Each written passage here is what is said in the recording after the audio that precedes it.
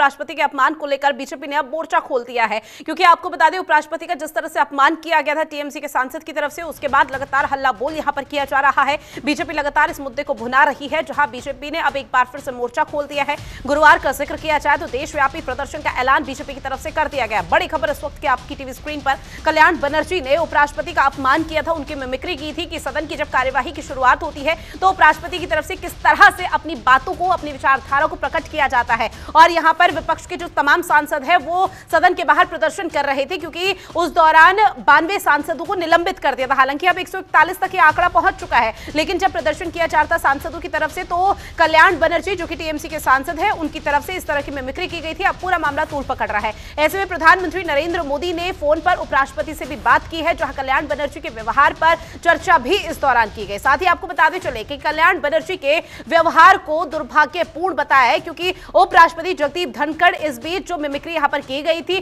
TMC के सांसद की तरफ से, उसके बाद आहत नजर आए। जो नाराजगी है जाहिर तौर पर तमाम सांसदों की देखने को मिल पाई और बीजेपी की तरफ से खुलकर इस मुद्दे पर अपनी बात भी रखी गई कि किस तरह से उपराष्ट्रपति का यहां पर अपमान किया गया है। हालांकि अब कल्याण बनर्जी का भी रिएक्शन सामने आया, जहां कल्याण बनर्जी की तरफ से कहा जा रहा है मिमिक्री करना एक कला है।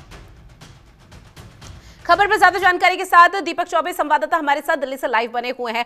दीपक, चूंकि देखिए उपराष्ट्रपति जगदीप धनखड़ का जिस तरह से टीएमसी के सांसद कल्याण बनर्जी की तरफ से अपमान किया गया था, मिमिक्री की गई थी, उसके बाद अब बीजेपी ने पूरी तरह से मोर्चा खोल दिया है। ऐसे में गुरुवार को देशव्यापी प्रदर्शन का ऐलान, क्या रणनीति है बीजेपी की? बिल्कुल रितु, देखिए देश का जो दूसरा व्यक्ति होता है वो होता है उपराष्ट्रपति, और उसकी मिमिक्री करना, वो भी सदन में, जिस सदन के अध्यक्ष हैं वो, उनकी मिमिक्री करना, ये जाहिर सी बात है कि दिखाता है कि किस तरीके से विपक्ष जो है संवेदनशील है। टीएमसी के जो सांसद है इस तरीके करना, उसके बाद वो कह रहे हैं कि मिमिक्री करना कोई गलत बात नहीं है। पर अब जो देखा जाए तो बीजेपी इसको लेकर आक्रामक हो चुकी है और उसने पूरे देश में एक प्रदर्शन, कल किसान मोर्चा जो है वो पूरे देश में प्रदर्शन करेगा। उससे पहले देखिए सदन के अंदर जो राज्यसभा के सांसद, बीजेपी राज्यसभा के सांसद हैं या फिर जो उनके सहयोगी दल हैं, करीब राष्ट्रपति के सम्मान में 1 घंटे तक खड़े रहेंगे और तालियां बजाएंगे। तो जाहिर सी बात है अब कहीं ना कहीं विपक्ष और बीजेपी आमने सामने दिखेंगे उपराष्ट्रपति को लेकर। हालांकि प्रधानमंत्री नरेंद्र मोदी ने सुबह ही उपराष्ट्रपति से फोन पर बात किया था और साफ कहा था कि आप तो अभी से झेल रहे हैं, मैं तो 20 साल से झेल रहा हूं, 20 साल से ये लोग मेरा अपमान करते हैं। उसके बाद लोकसभा स्पीकर भी उनसे मिलते हैं और सांसदों के दुर्व्यवहार पर वो आपत्ति जताते हैं। उसके बाद राष्ट्रपति लगातार उनसे बात करती है, उन्होंने ट्वीट भी किया है। तो कहीं ना कहीं एक तरीके से जो कल तक INDIE की एक बैठक थी उसमें जो लगातार कहा जा रहा था कि प्रधानमंत्री का नाम छोड़ के हम जमीनी हकीकत पर जाएंगे, पर जिस तरीके से कल की घटना के बाद जो अब जो कहा जाए कि बीजेपी या फिर बीजेपी के जो सहयोगी दल हैं वो अब फ्रंट फुट पर आ चुके हैं और वो चाहते हैं कि जिस तरीके से उपराष्ट्रपति का जो एक तरीके से व्यवहार किया गया है उसको लेकर अब माफी मांगे। बिल्कुल, देखिए सीधे तौर पर कहा जा सकता है दीपक कि पूरा मामला तूल पकड़ता हुआ नजर आ रहा है और जिस तरह से इस पूरे मामले पर सियासत हो रही है उसके बाद जाहिर तौर पर तमाम तरह की